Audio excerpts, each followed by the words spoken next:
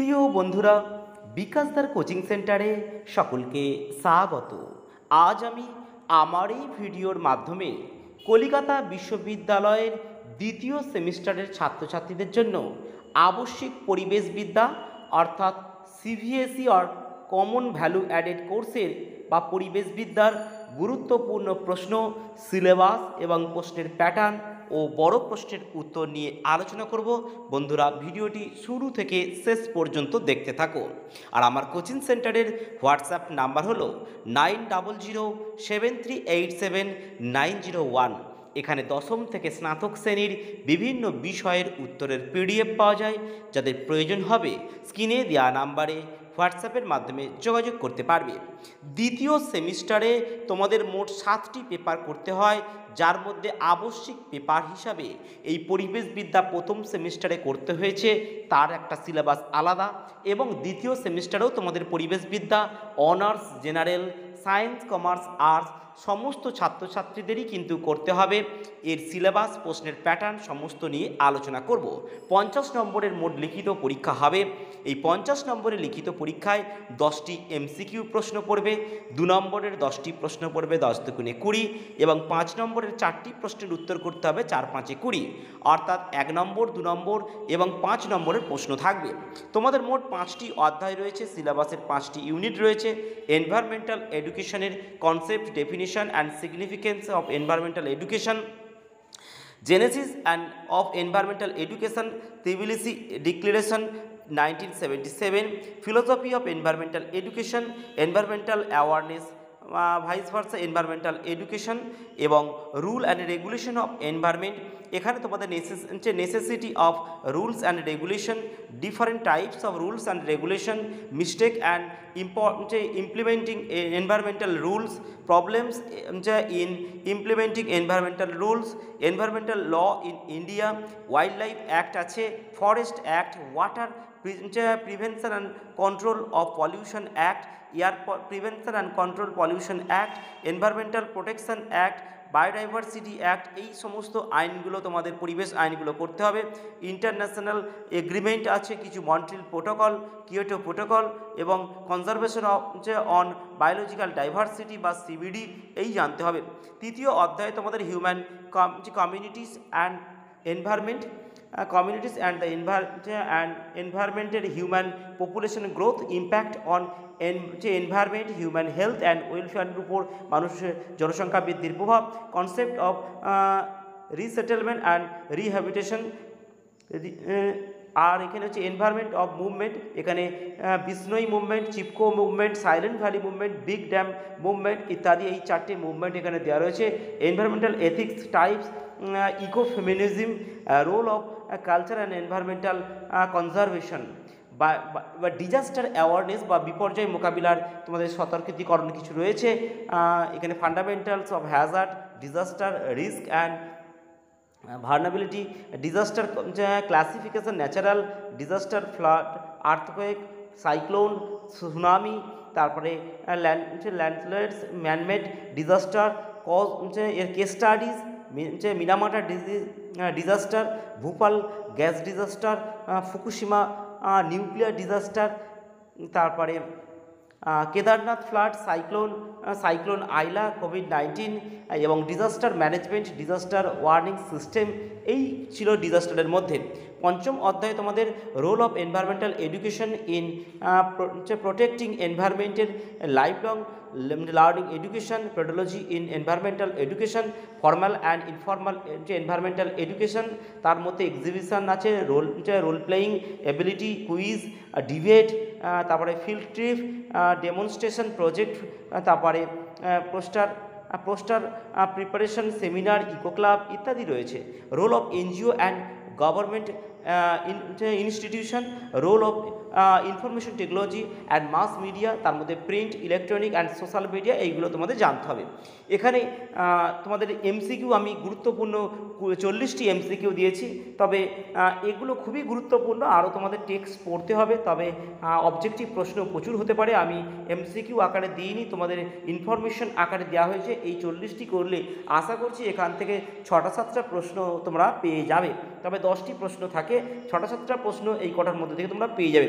2 নম্বর প্রশ্ন এর উত্তরগুলো এইখানে দেওয়া নেই, নিচে 5 নম্বরের কাছে দেওয়া রয়েছে, সেখান থেকে তোমরা করে নিতে পারবে। এখনও পিডিএফ যতটা রেডি হয়েছে আমরা এইগুলোকে করেছি। এখানে গুরুত্বপূর্ণ তোমাদের প্রশ্ন, পরিবেশ দার্শনিকদের প্রধান আগ্রহের বিষয়গুলি কী কী, পরিবেশ শিক্ষা কাকে বলে, পরিবেশ শিক্ষার গুরুত্ব লেখো, তিবিলিসি ঘোষণা কী, তিবিলিসি ঘোষণার মূল বিষয়গুলি কী কী, জৈব বৈচিত্র্য আইনের উদ্দেশ্য কী, জৈব বৈচিত্র্য আইনের বৈশিষ্ট্য, পরিবেশ সংক্রান্ত নিয়মবিধি বাস্তবায়নের 2টি সমস্যা, পরিবেশ সংক্রান্ত নিয়মবিধি বাস্তবায়নের 2টি ত্রুটি লেখো, পরিবেশ আইনের 2টি প্রয়োজনীয়তা, পরিবেশ সংক্রান্ত আইনগুলি কী কী, এবং সংবিধানের 48A ধারায় পরিবেশ সুরক্ষা বিষয়ে কী বলা হয়েছে, সংবিধানের 51 ধারায় পরিবেশ সুরক্ষা বিষয়ে কী বলা হয়েছে, পরিবেশ সুরক্ষা আইন 1986 এর 2টি উদ্দেশ্য লেখো, 2টি উদ্দেশ্য, বন্যপ্রাণী সুরক্ষা আইন 1972 এর মূল বিষয়গুলি লেখো, অরণ্য সংরক্ষণ আইন 1980 এর মূল বিষয়গুলি লেখো, জল দূষণ প্রতিরোধ ও নিয়ন্ত্রণ আইনের মূল বিষয়গুলি লেখো, এবং বায়ু দূষণ প্রতিরোধ ও নিয়ন্ত্রণ আইনের মূল বিষয়গুলি লেখো, এবং শব্দ দূষণ প্রতিরোধ ও নিয়ন্ত্রণের আইনের মূল বিষয়গুলি লেখো, মন্ট্রিল প্রোটোকল কী, কিয়োটো চুক্তি কী, বড় বাঁধ নির্মাণের 2টি সুবিধা, বড় বাঁধ নির্মাণের ফলে পরিবেশের উপর 2টি প্রভাব লেখো, পরিবেশ নৈতিকতা বলতে কী বোঝো, পরিবেশ নৈতিকতার 2টি লক্ষণ, ইকো ফেমিনিজম বলতে কী বোঝো, প্রাকৃতিক সম্পদের অ্যাকাউন্টিং বলতে কী বোঝো, প্রাকৃতিক সম্পদের অ্যাকাউন্টিংয়ের 2টি সুবিধা লেখো, পুনর্বাসনের ক্ষেত্রে 2টি সমস্যা, জনসংখ্যা বৃদ্ধির 2টি প্রতিকূল প্রভাব লেখো, চিপকো আন্দোলনের কারণ লেখো, বিপর্যয় মোকাবিলা শিক্ষার্থীদের 2টি ভূমিকা লেখো, বিপর্যয় পরবর্তী 2টি ব্যবস্থা লেখো, বন্যার 2টি ক্ষতিকর প্রাকৃতিক কারণ, বন্যার 2টি মনুষ্যসৃষ্ট কারণ, বন্যার 2টি ক্ষতিকারক প্রভাব লেখো, খরার 2টি কারণ লেখো, খরার 2টি ক্ষতিকারক প্রভাব লেখো, ভূমিকম্পের 2টি কারণ, ভূমিকম্পের 2টি প্রভাব, সুনামির 2টি কারণ, সুনামির 2টি ক্ষতিকারক প্রভাব, ঘূর্ণিঝড়ের 2টি কারণ, ঘূর্ণিঝড়ের 2টি ক্ষতিকারক প্রভাব লেখো, ঘূর্ণিঝড় প্রতিরোধের 2টি উপায় লেখো, ভূমিধসের 2টি কারণ এবং ভূমিধসের 2টি প্রভাব লেখো, ভূমিধস প্রতিরোধের 2টি উপায় লেখো, মরুকরণের 2টি প্রভাব লেখো, মনুষ্যসৃষ্ট 2টি বিপর্যয়ের নাম লেখো, 2টি শিল্প বিপর্যয়ের নাম লেখো, মিনামাটা রোগের 2টি লক্ষণ লেখো, মিনামাটা রোগের কারণ লেখো, করোনা রোগের 2টি লক্ষণ লেখো, করোনা প্রতিরোধের 2টি উপায় লেখো, ফুকুশিমা নিউক্লিয়ার বিপর্যয়ের 2টি প্রভাব লেখো, পরিবেশ রক্ষায় গণমাধ্যমের 2টি ভূমিকা লেখো, পরিবেশ রক্ষায় এনজিওর 2টি ভূমিকা লেখো, পরিবেশ রক্ষায় সরকারি প্রতিষ্ঠানের 2টি ভূমিকা লেখো, কেন্দ্রীয় দূষণ নিয়ন্ত্রণ পর্ষদের 2টি কাজ লেখো, পরিবেশ ও বনমন্ত্রকের 2টি কাজ লেখো, জাতীয় জীববৈচিত্র্য কর্তৃপক্ষের 2টি কাজ লেখো, প্রকল্প পদ্ধতির 2টি বৈশিষ্ট্য লেখো, প্রকল্প পদ্ধতির 2টি অসুবিধা, প্রদর্শন পদ্ধতির 2টি বৈশিষ্ট্য, প্রদর্শন পদ্ধতির 2টি সুবিধা, এলাকা ভ্রমণ বা ফিল্ড স্টাডিজ যেটাকে বলা হয় পদ্ধতির 2টি প্রয়োজনীয়তা, এলাকা ভ্রমণ পদ্ধতির 2টি গুরুত্ব লেখো, প্রথাগত শিক্ষার 2টি উদ্দেশ্য এবং প্রথা বহির্ভূত শিক্ষার 2টি উদ্দেশ্য লেখো, আজীবন শিক্ষার 2টি উদ্দেশ্য লেখো, আজীবন শিক্ষার 2টি গুরুত্ব লেখো, আজীবন শিক্ষার 2টি সুবিধা লেখো, আনুষ্ঠানিক শিক্ষার 2টি মাধ্যম লেখো এবং অআনুষ্ঠানিক শিক্ষার 2টি মাধ্যম, বিপর্যয় ওয়ার্নিং সিস্টেমের 2টি উদাহরণ।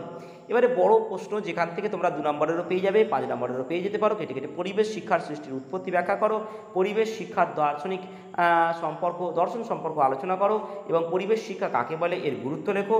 খুবই গুরুত্বপূর্ণ প্রশ্ন। তিবিলিসি ঘোষণা 1977 সম্পর্কে আলোচনা করো, গুরুত্বপূর্ণ প্রশ্ন। এবং জৈব বৈচিত্র্য আইন কাকে বলে এর উদ্দেশ্য বৈশিষ্ট্য লেখো, ভালো প্রশ্ন। পরিবেশ সংক্রান্ত নিয়মবিধি বাস্তবায়নের ক্ষেত্রে সমস্যাগুলি লেখো, ভালো প্রশ্ন। পরিবেশ সংক্রান্ত নিয়মবিধি বাস্তবায়নের ক্ষেত্রে ত্রুটিগুলি লেখো, পরিবেশ আইনের প্রয়োজনীয়তা লেখো এবং পরিবেশ সংক্রান্ত বিভিন্ন নিয়মকানুনগুলি লেখো। ভারতীয় সংবিধানের পরিবেশ সুরক্ষা সংক্রান্ত নিয়মগুলি সম্পর্কে আলোচনা করো, 2টি ধারা রয়েছে। পরিবেশ সুরক্ষা আইন 1986 মূল বৈশিষ্ট্যগুলি, মূল উদ্দেশ্যগুলি লেখো, খুবই গুরুত্বপূর্ণ 5 নম্বরের প্রশ্ন। বন্যপ্রাণী সুরক্ষা আইন 1972 মূল বিষয়গুলি লেখো, গুরুত্বপূর্ণ প্রশ্ন। অরণ্য সংরক্ষণ আইনের মূল বিষয়গুলি লেখো, জল দূষণ প্রতিরোধ ও নিয়ন্ত্রণ আইনের মূল বিষয়গুলি লেখো এবং বায়ু দূষণ প্রতিরোধ ও নিয়ন্ত্রণ আইনের মূল বিষয়গুলি লেখো, শব্দ দূষণ প্রতিরোধ ও নিয়ন্ত্রণের মূল আইনগুলি লেখো। Montreal protocol, Kyoto protocol, Stockholm সম্মেলন সম্পর্কে আলোচনা করো, আলোচনা বিষয়গুলি লিখো। এবং 3 বড় বাঁধ নির্মাণের বিরুদ্ধে আন্দোলন, এখানে পরিবেশ নৈতিকতা বলতে কী বোঝো, এখানে ইকো ফেমিনিজম, এগুলো ছোট প্রশ্ন পড়ে। প্রাকৃতিক সম্পদের অ্যাকাউন্টিং, পুনর্বাসন ও পুনর্নির্মাণ সংক্রান্ত সমস্যা, এগুলো 2 নম্বরের আসতে পারে। পরিবেশ স্বাস্থ্য উন্নতি সাধনের উপর মানুষের জনসংখ্যার প্রভাব, খুব গুরুত্বপূর্ণ প্রশ্ন। নীরব উপত্যকা সম্বন্ধে টিকা লেখো, চিপকো আন্দোলন সম্পর্কে টিকা লেখো, বিষ্ণুই আন্দোলন সম্পর্কে টিকা লেখো, বিপর্যয় মোকাবিলা শিক্ষার্থীদের ভূমিকা লেখো।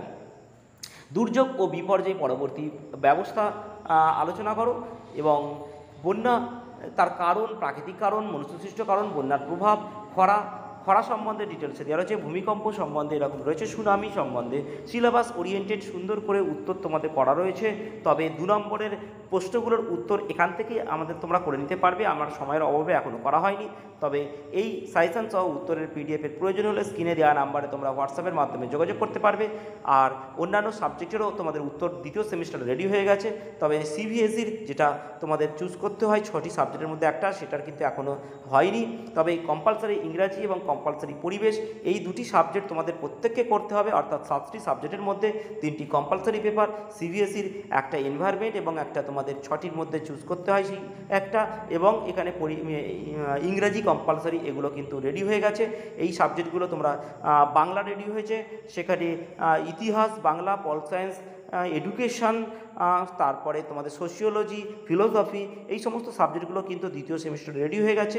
যদি সাজেশন সহ উত্তরের পিডিএফের প্রয়োজন হয় স্ক্রিনে দেওয়া নাম্বারে হোয়াটসঅ্যাপের মাধ্যমে যোগাযোগ করতে পারবে। আজ ভিডিওতে এই পর্যন্তই, ততক্ষণের জন্য সকলে ভালো থাকবে, দেখা হবে পরবর্তী ভিডিওতে।